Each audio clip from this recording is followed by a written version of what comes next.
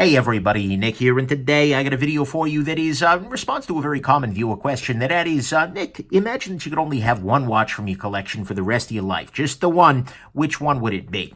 And that's a great question. It's one I'm going to go on ahead and address here today.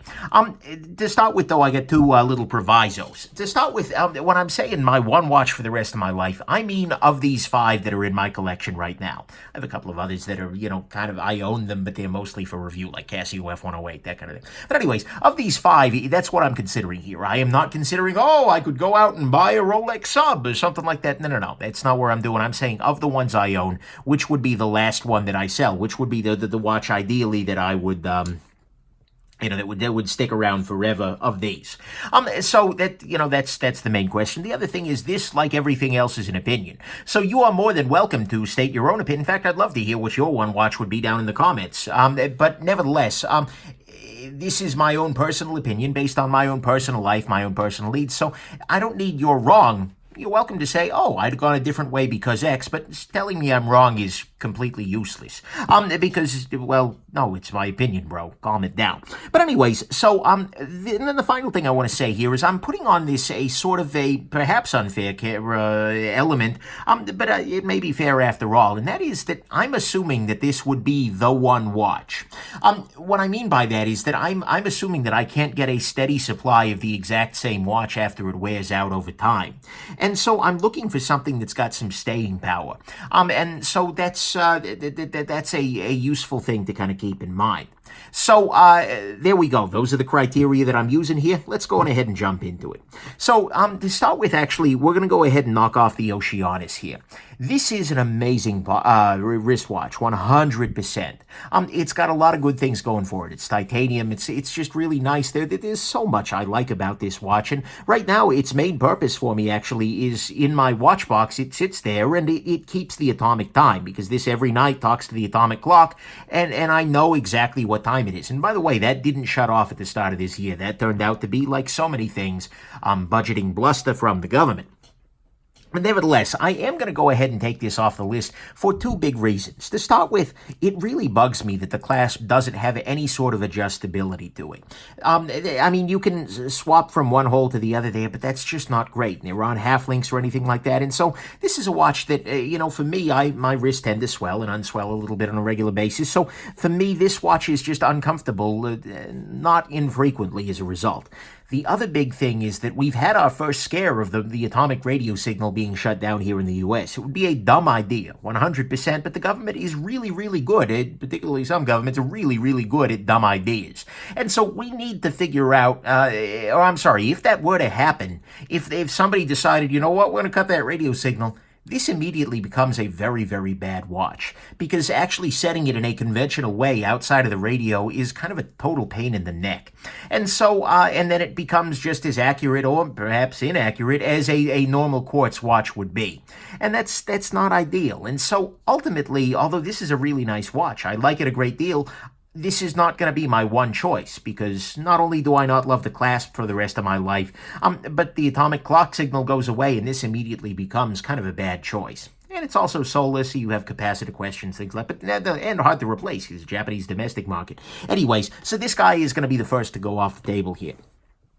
Next to go off the table is going to be this little guy right here, the BM 8180 here. Amazing watch. 100%. So much damn good here. But the simple fact is that I tend to like a watch with some kind of a bracelet available, whether it's rubber or otherwise. But more importantly, a solar eco drive watch has, at some level, a little bit of a shelf life, because although it can be serviced, there is a capacitor in there, which is what's being recharged by the sun on a regular basis. And so there's the possibility that capacitor could go and Citizen couldn't replace it. So I'd have to replace this watch down the road. Chances are there would be another budget Citizen Eco Drive out there in the world.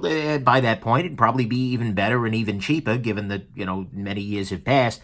But nevertheless, that is something I want to keep in mind here. If I can buy no other watches, I don't think that this one is going to have the long-term durability as some of the other ones on the table here, and so that's why I'm taking it off. The other thing is, frankly, I like this watch. It's a really nice watch for travel and whatnot. but loom-wise, it's not quite what I wanted to see. I mean, it does absolutely have loom. Do I really not have a flashlight on this table? I review flashlights. Come on, people. What the heck am I doing with my life? Anyways, it does have pretty good loom, but it's not great. And so that's the other thing that's going to knock this off the table, is that this is just not the one thing I'd want on my wrist for the rest of my life. So there we go. That leaves these three. Then there were three. Zoom down a little bit here just to make things a little nicer. So there are three remaining. This is where things get trickier. Okay. So the aerospace. This is a stellar watch. There are many, many things I love about this watch. It is an absolutely great travel watch. It is my chronograph watch. It has many, many functions. In fact, there are very few watches that are better for travel than this guy is. Really, really, really good. Did I leave the chronograph running? Oh, no, that's from my Ask the Nick live thing, Terrible Knives Live recently. Whatever it is. And so this is a really, really nice piece. And the other thing is it is a Breitling, and it is a high-end piece, so I assume that this could be serviceable for the long run. The movement is well known, and so hopefully it would be able to be swapped out there. But the simple fact is that I don't know that. And there is the very real possibility that Breitling might stop making these movements. And so as a result, the watch could just die outright. Or maybe something could happen such that, a battery in there leaks, because this does actually require battery replacements on a regular basis, which is perfectly fine. Any competent jeweler can do that. And I mean competent, not take it to the guy at the mall, but I mean competent jeweler can do that, or you can send it back to Breitling for service if but either way, it will require that, and you could have some kind of circumstance that would maybe kill the quartz movement in there. Ideally, you could get it repaired. That's one of the advantages to doing from a higher-end luxury brand, is they tend to stand by their goods. But that is a big question mark with this guy, and it's not a question mark so much with others. So I think I am going to go ahead and take the Breitling off the table here. I love it. It's a really, really nice one. And the other thing is the nighttime loom is not stellar for me. It works. I mean, it is bright, but I miss the 12-3-6-9 indices at night. That bugs me a little bit. And the legibility on the hands isn't amazing. It's a fine watch. I like it a lot, but I don't think it would be my lifetime choice. Now we come down to these two, and these are very, very different watches. This is a very subtle, slightly dressier watch. And in fact, I could dress this guy up substantially more. This guy put on a black leather strap looks downright classy, perhaps far classier than the jackass wearing it, but and so that is very nice. This is also a very nice watch in a variety of ways. It has an independent hour hand, which is nice. It is a good old-fashioned quartz movement, which means it's crazy accurate, which is good. It's got a, date and, it's got all kinds of nice features to it.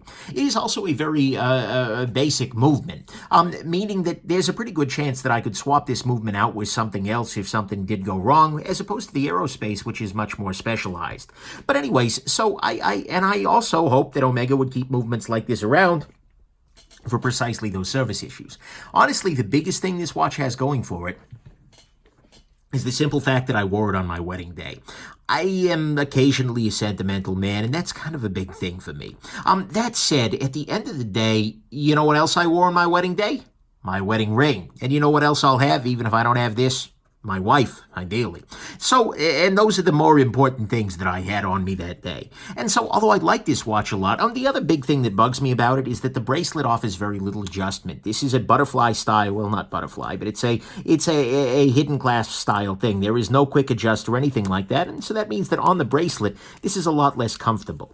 And so, I like this watch substantially. It's a great watch, and it's one that I probably won't ever sell, just because of A, the sentimentality, and the fact B, that I'm not that deep into this guy.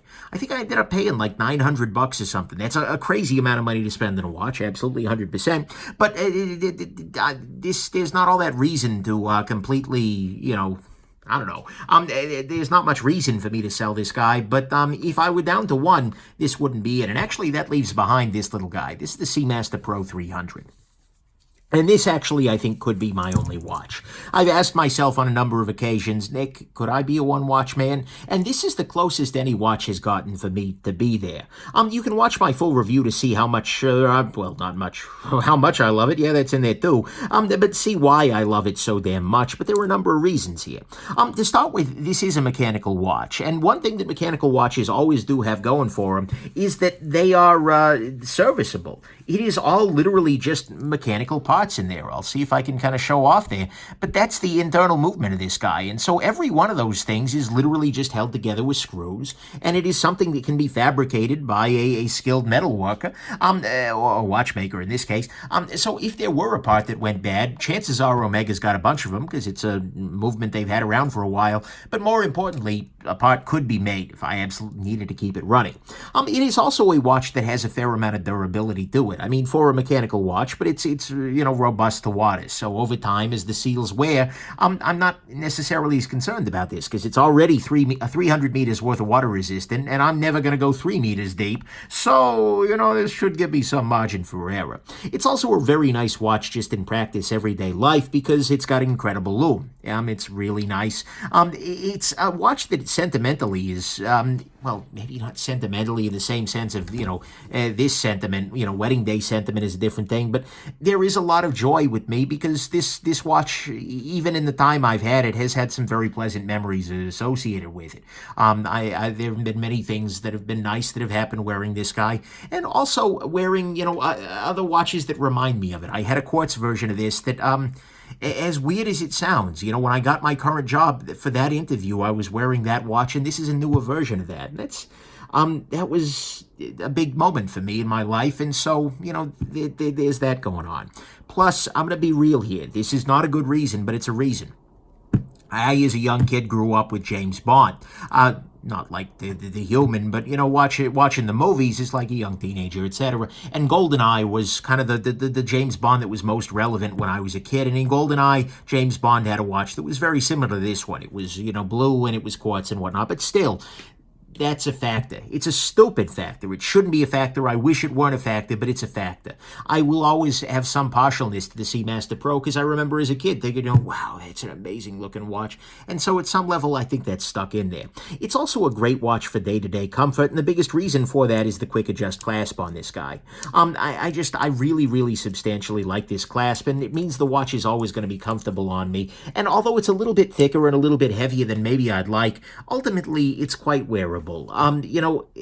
Moving from something that was thinner through this guy, in my initial review, I think I was a little bit like, oh, I don't know, it's a little bit thick and a little heavy. And it is a little thick and a little heavy. Omega, you should work on that. But at the same time, it's just become a constant wrist companion. It's very, very hard to kick off my wrist. Actually, today I did wear the Breitling. Just, for variety is the spice of life. But this guy has been real tough to get off of there. And so, ultimately, I think that's the reason this would be the one watch. If I had to just keep one watch, I think this would be it. I would feel really, really bad selling this guy. But this guy ultimately, I think, would win. If I am ever going to be a one-watch man, this is a pretty good chance to get me there. And the other thing is, yeah, it's a mechanical, but it's really freaking accurate. We're looking at like 0.1 seconds per day over time. And I know that if it goes a little fast, if I hold it, like literally, I used my little time grapher to figure this out. It gains a little tiny bit of time overnight if I keep it directly vertical, and if I tilt it a little bit this way, it loses a little bit of time. So by putting it in the right position, when I put it, in the box, if I'm going to wear it for wear something else for a day, I can adjust the timekeeping just by how I put it in the box. The accuracy on this is freaking astounding. And so to me, at least, that's why this guy wins. That's why this is the watch that would be my one watch if I had to have one watch. Luckily, I don't have to have one watch, and so I can keep my my modest collection around there as it is here.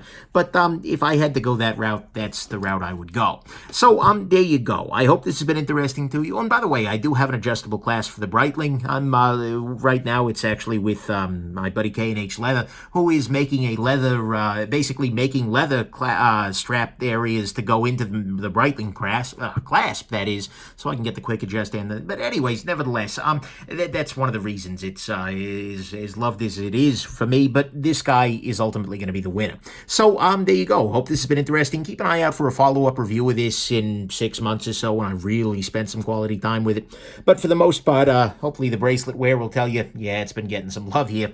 And hope this has been interesting, and have yourselves an absolutely wonderful rest of the day. Hope you enjoyed watching this video. Bye now.